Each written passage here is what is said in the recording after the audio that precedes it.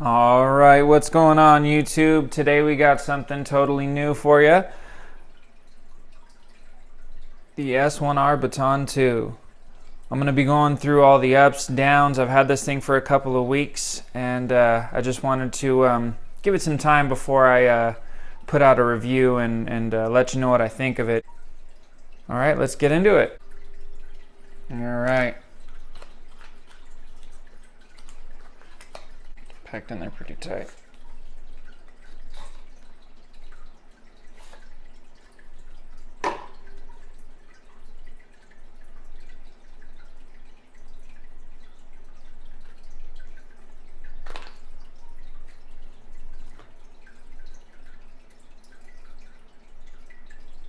Got your TIR optic lens. Oh, I like how they did the writing like they did on the S Minis. It's pretty cool. I'll show you that real quick, see if I can grab one. CRI stands for Color Rendering Index, and that number means that the closer you are to 100, the closer that color tone is to the color of the sun. Like this HCRI version of the S Mini, it has a CRI of 90, which means that the color of this lamp is very close to the color of the sun. In the package, let's see, we've got, okay, comes off the back. Nice little pouch. Nice. I like these. They come in very handy. Got your new design MCC. They say this one charges a little bit faster. Let's see if we can see the writing on it.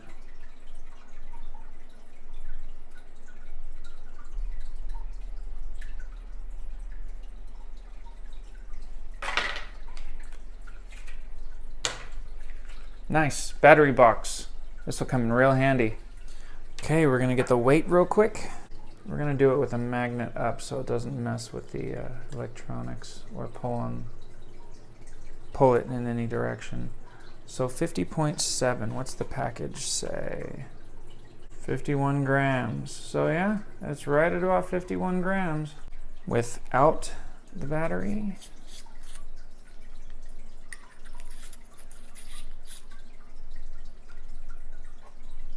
$33.3 grams.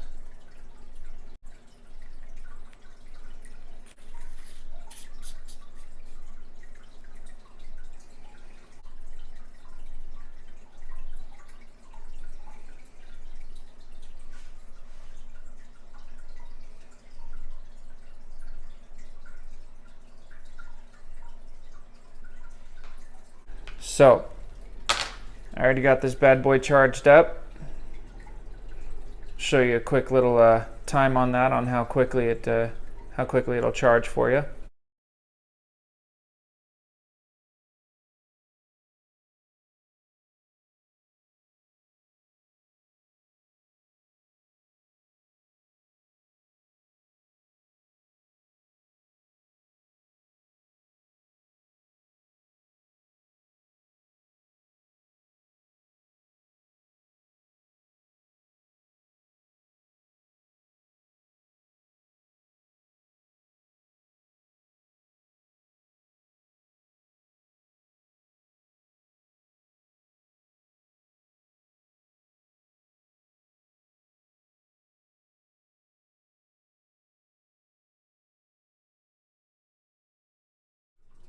Another thing I want to let you know is that if you put any other batteries inside the S1R2, like say one of these rechargeables or a lithium cell non-rechargeable, the moment you try to go into turbo, it'll just shut off and then it won't turn back on unless you disconnect it and try it again.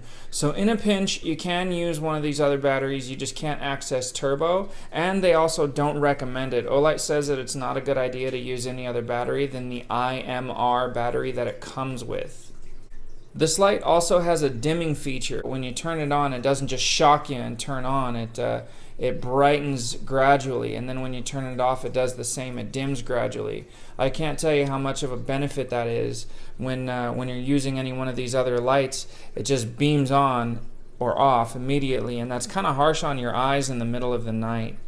Another thing that you can use with this magnetic backing is if you're ever in a pinch and you need to stick this thing somewhere, and all you've got is a bunch of trees around you, you can stick your knife into a tree and then stick this to the side of your knife, angle that knife at whatever direction that you need, and you've got yourself a little lamp there. CRKT Fossil.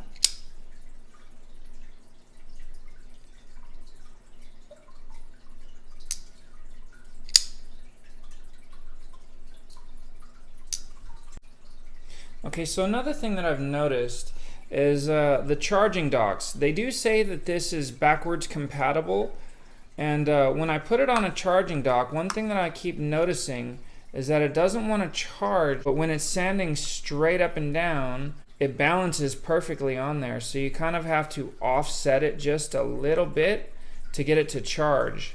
And I don't know how safe that is or if that's really a great idea.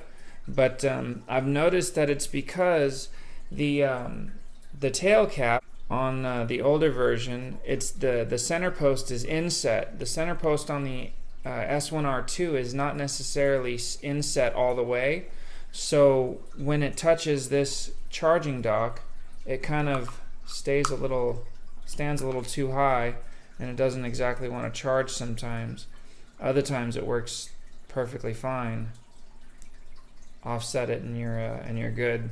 Just wanted to let you guys know that it is possible to charge it on here. It's just that seems to be a little finicky, but it does work perfectly fine with the older magnetic charging cable. And then we'll get into some night shots.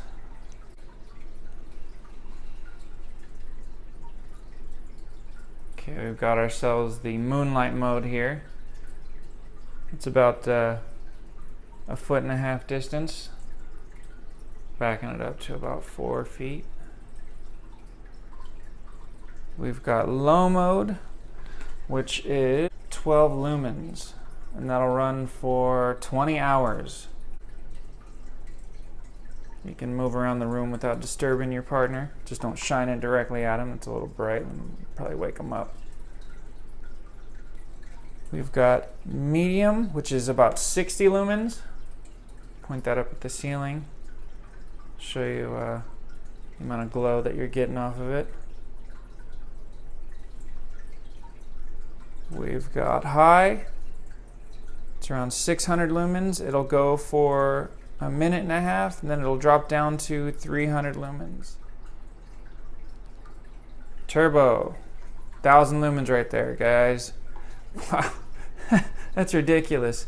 I mean, everything is just lit up like it's daytime in here. That's awesome.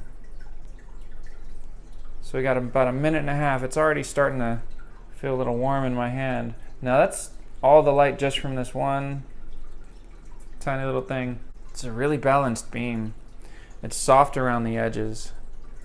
Doesn't have a real defined line. Alright, it's getting pretty warm in my hand now. It's a good hand warmer when it's cold out. I think we've dropped down to 300 lumens here. Yep, that's 1,000 lumens.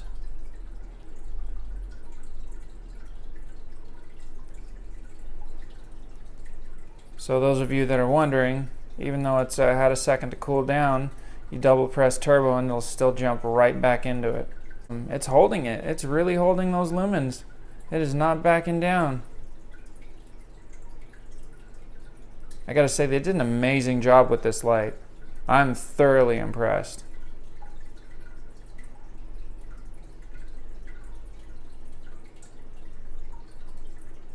That is just blinding.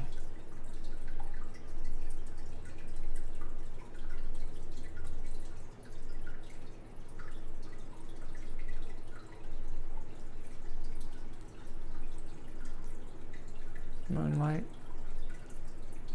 Low. Medium. High. Still hitting that 1,000 lumens. Jeez, man, this thing is unstoppable. Still not too warm to hold on to. Pretty warm, but not too warm.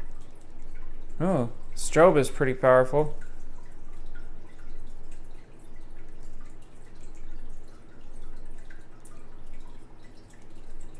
That's pretty cool. You got the timers too. So double click and hold, and it'll go through the timers. You got that two blinks is 9 minutes.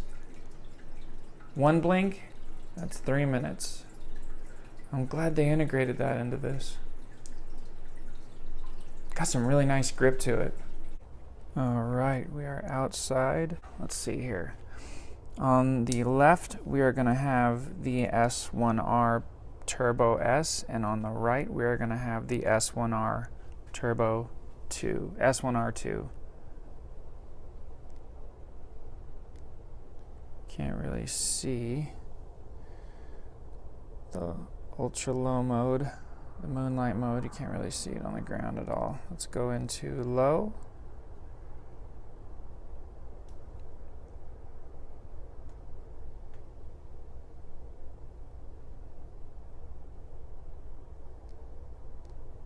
Medium.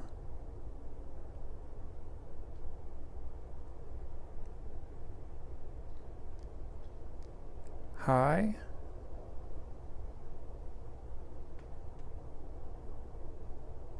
See if we can get the camera to focus real quick. Got turbo. Now we're getting somewhere. Alright, Turbo S on the left.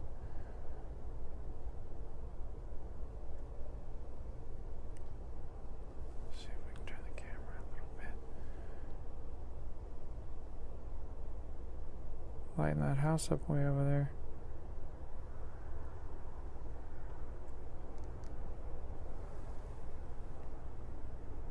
Alright guys, that's it for the night shots. I don't want to make my neighbors too mad. It's like 2 a.m.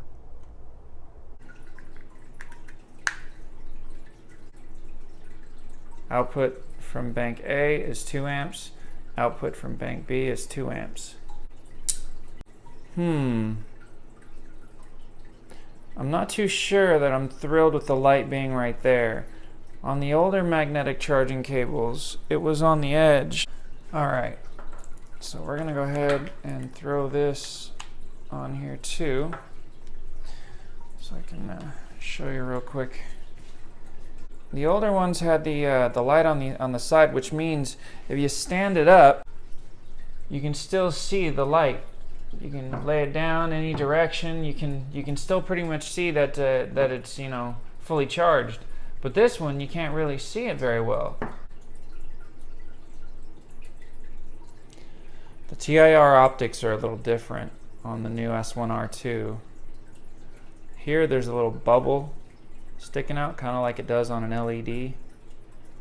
This one it's shaved down, and you can see the LED inside there pretty well. When it's in lockout, it'll show red.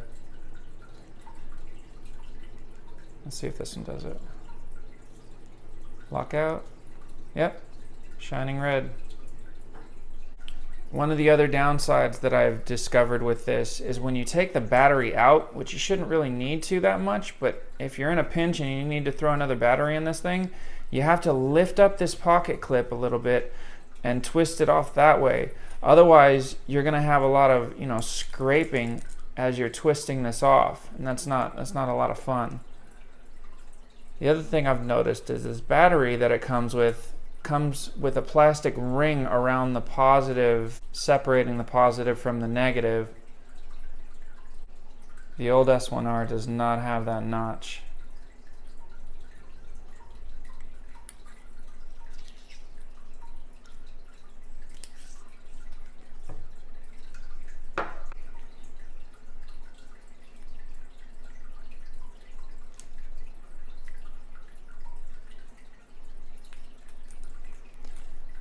So when you go to put it back, you're kind of fighting against that pocket clip. So you got to lift up on it just to get that in there. What am I doing? Oh, I'm not looking at what I'm doing. There we go. So that's one downside, is having to lift the pocket clip just to take this off so it's not scraping.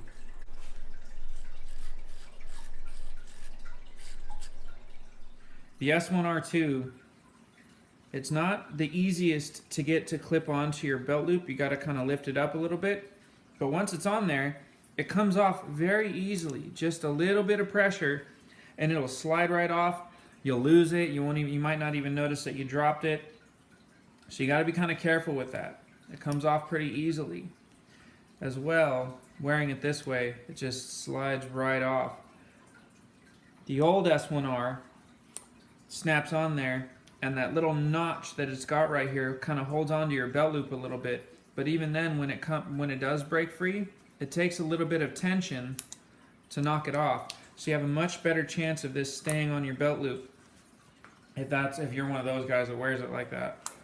The S1R2 slides off very easily, so you're probably going to want to carry it in your small little watch pocket, on the inside of your pocket like that, or maybe even, bezel down. Another thing is that dual direction pocket clip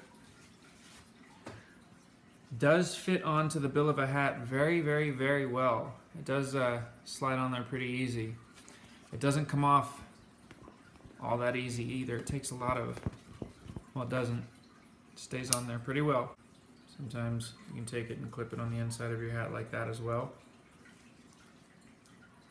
Point it down if you need to. The old S1R does do the same. It just grips a lot tighter. This clip is very, very secure. I'm gonna start wearing out the tip of my hat. Gonna have to request a new one. The S1R2 has an IPX8 rating, which means you can put it it can handle water up to 2 meters deep for 30 minutes and an impact of 1.5 meters. So let's go ahead and turn this thing on and drop it in some water for the water test. Okay, it's been about 30 minutes here. Let's go ahead and pop this thing out.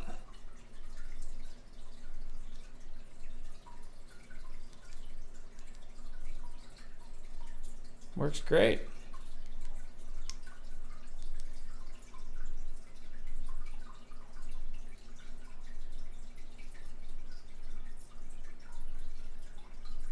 Alright, you guys, that's pretty much it for the S1R2. You've got the S1 Mini and the S1 Mini in HCRI, the S Mini Titanium with rainbow PVD, the copper PVD coated gold S1 Baton, then you've got the S1R2, the S1R Turbo S, and the S10R3.